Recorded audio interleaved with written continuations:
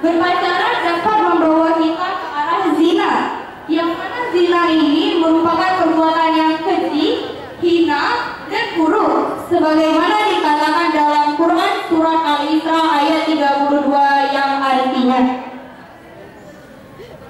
dan janganlah kamu mendekati zina. Sesungguhnya zina itu adalah perbuatan yang keji dan sesuatu jalan yang buruk. Quran surah Al-Isra ayat 32. Pacaran juga termasuk ke dalam perbuatan zina. Zina tidak hanya dibagi ke dalam zina tubuh, namun juga zina mata, ya. Apabila kita memperhatikan atau melihat lawan jenis hingga timbul pemikiran atau perasaan negatif, ya. Dan begitu pula zina hati. Hukuman bagi orang yang melakukan zina antara lain mendapat dosa besar dan dimasukkan ke dalam neraka jahanam.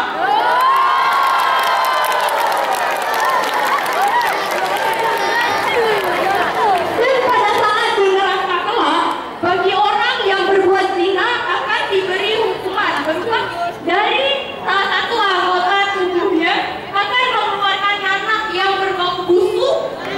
Apabila mereka merasa kehausan, mereka tidak memiliki pilihan lain selain minum kembali nanah yang berbau busuk, ya. Dan pada hari kiamat nanti, bau busuk tersebut akan menyeruak dan menusuk indera penciuman setiap makhluk hidup. Dan tidak ada satupun makhluk hidup yang mampu menghindari bau tersebut. Jadi harus, ya.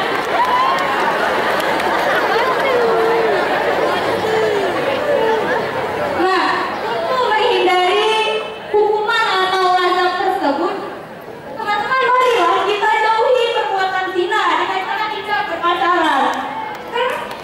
Ya, yang perlu diingat adalah ketika dua orang sibuk berpacaran, maka malaikat pencatat amal buruk pun sibuk dengan catatannya. Dan ingatlah juga bahwa azab Allah sangatlah pedih terhadap hambanya yang membangkang. Belum lagi, selama seseorang berpacaran, maka selama itu pula ia akan hina di mata Allah.